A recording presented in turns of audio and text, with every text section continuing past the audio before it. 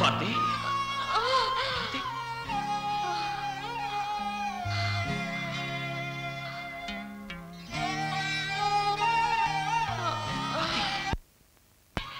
ఏమైంది?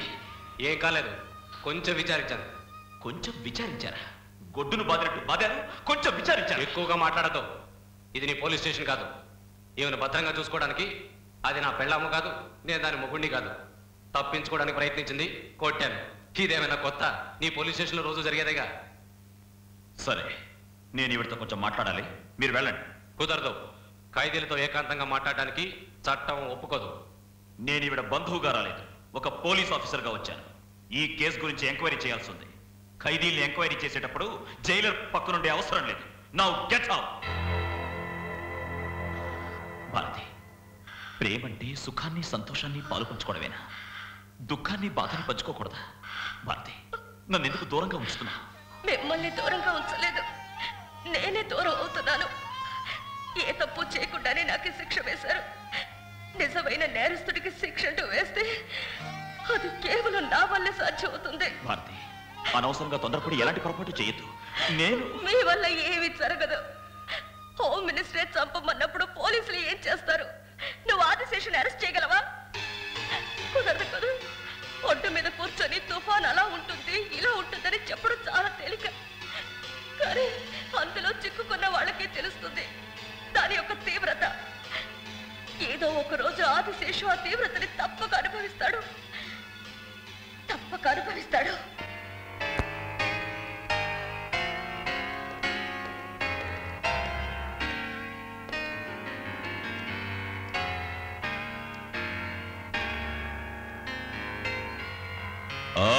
ఇన్స్పెక్టర్ గౌతమ్, నువ్వేంటిలా వచ్చా?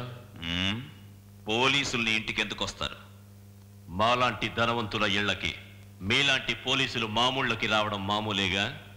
నువ్వెంత ధనవంతుడివైనా మామూలుగానే సంకెళ్ళు వేసి తీసుకెళ్దామని వచ్చాను. ఇదిగో అరెస్ట్ వారెంట్. ఆ చేతులకు ఎప్పటికీ సంకెళ్ళు వేయలేవు ఇన్స్పెక్టర్. ఇదిగో యాంటిసిపేటరీ బెయిల్.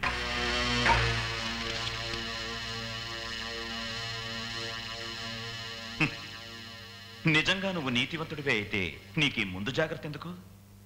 తప్పు చేశావు కాబట్టి అరెస్ట్ కాకుండా బెయిల్ తీసుకుని కూర్చున్నావు. నువ్వు నేరస్తుడివని భారతి తండ్రి చంద్రశేఖర్ నీ వల్లే జైలుకి వెళ్ళాడని నాకు తెలిసిపోయింది. అలాగే వాటికి రుజువులు సాక్ష్యాలు కూడా సేకరిస్తాను. నిజానికి ఇది అరెస్ట్ వారెంట్ కాదు, తెల్ల కాగితం. నీ నేరాలని రుజువు చేసి నిన్ను ఉరికంబ ఎక్కిస్తాను.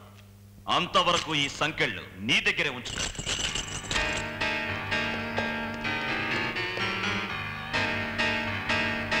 ఏం చేస్తున్నారయ్యా మీరంతా? ఏమన్నా అంటే ఎన్ని విధాలుగా హింసించినా నోరిప్పలేదంటావు. అది నోరు విప్పకపోతే ఏం జరుగుతుందో తెలుసా నీకు? She is very dangerous. Sir, దానికేం తెలిసినట్లేదు. నిజంగా దానికి ఏమీ తెలియకపోతే ఆ గౌతమ్ గాడు నన్ను ఎందుకు బెదిరిస్తున్నాడు? వాడికి అంత ధైర్యం ఎక్కడి నుంచి వచ్చింది? శత్రుశేషం రుణశేషం ఉండడం నాకు ఇష్టం లేదు. శాశ్వతంగా దాన్ని నోరుమూయించి. హత్య అది జైల్లో చచ్చిపోతే నాకు పెద్ద సమస్య వచ్చి పడుతుంది కదా సార్. అది చావకపోతే నాకు సమస్యే. జైల్లో ఉన్న వాళ్ళంతా మహాత్మా గాంధీలా హత్యో దోపిడో చేసి కదా లోపలికి వచ్చారు. ఇదిగో నీకంత భయంగా ఉంటే వాళ్ళకి డబ్బులు వాళ్ళు చేసి పెడతారు. పోవాయా. హలో దోస్త్. ఏంటి దోస్తా? అవునయ్యా, బతికే ఛాన్స్ ఉంటే ఇన్స్పెక్టర్ వస్తే లేచి నిల్చోవాలి, సర్కార్కి సలాం కొట్టాలి. చావబోయే వాళ్ళకంతా ఒకటే కానీ విషయం అంటే చెప్పు. అక్కడ చూసారా?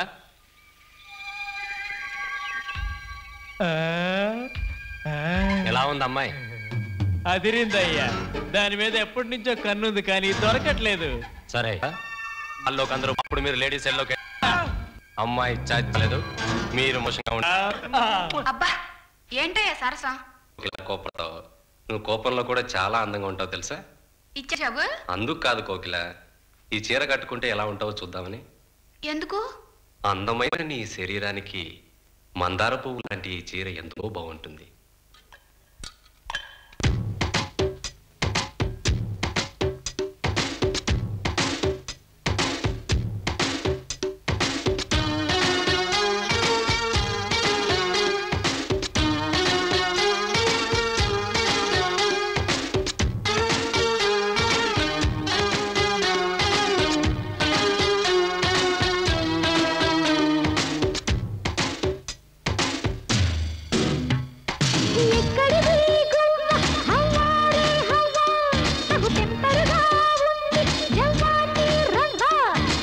ముచ్చటగా నవ్వే మొగలాయి పువ్వా మహ తొందరగా ఉందే అందివే గవ్వా ఆమెకు బహుమారే మజా ఈ నుడుకు కూలికించే నిషా అబ్బబ్బా యమగుందే నిజబ్బా ఎక్కడిది హవ్వారే హవ్వా ముచ్చటగా నవ్వే మొగలాయి పువ్వా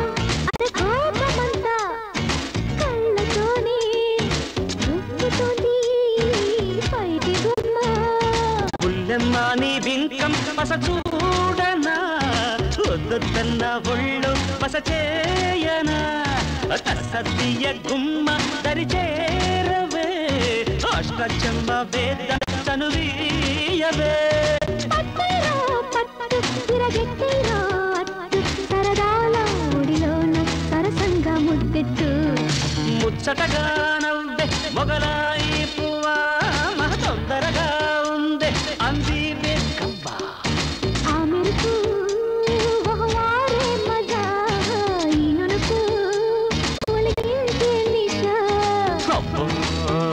అబ్బబ్బా యమగుందే నిజబ్బా ఎక్కడిది హవ్వారే హవ్వా ముచ్చటగా నవ్వే మొగలాయి పువ్వా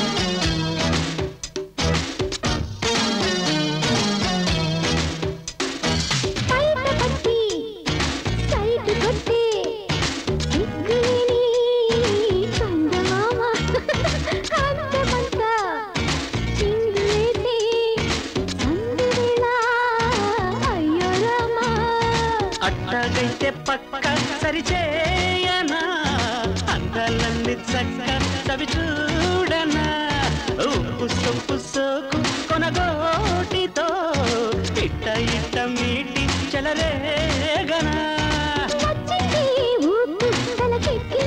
కైపు వినమన్నా వినుకోడే వదలాది వచ్చెంబో ఎక్కడిది హవ్వారే హవ్వా మహతంపరుగా ఉంది జల్సాని రవ్వా ముచ్చటగా నవ్వే మొగలాయి పువ్వా మహ తొందరగా ఉందే అంజీవే గవ్వా ఆమెకు బహువారే మజా ఈ నుడుకు ఒలికించే నిషా అబ్బా అబ్బబ్బా యమగుందే నిజబ్బా ఎక్కడిది హవ్వారే హవ్వా ముచ్చటగా నవ్వే మొగలాయి పువ్వా ఆరు పొదరింట సుడిరేగి చీకట్లు పెనవేసేనా చిన్నారి బ్రతుకున కలలన్నీ కన్నీటి పాలాయేనా కలతలే మోగిన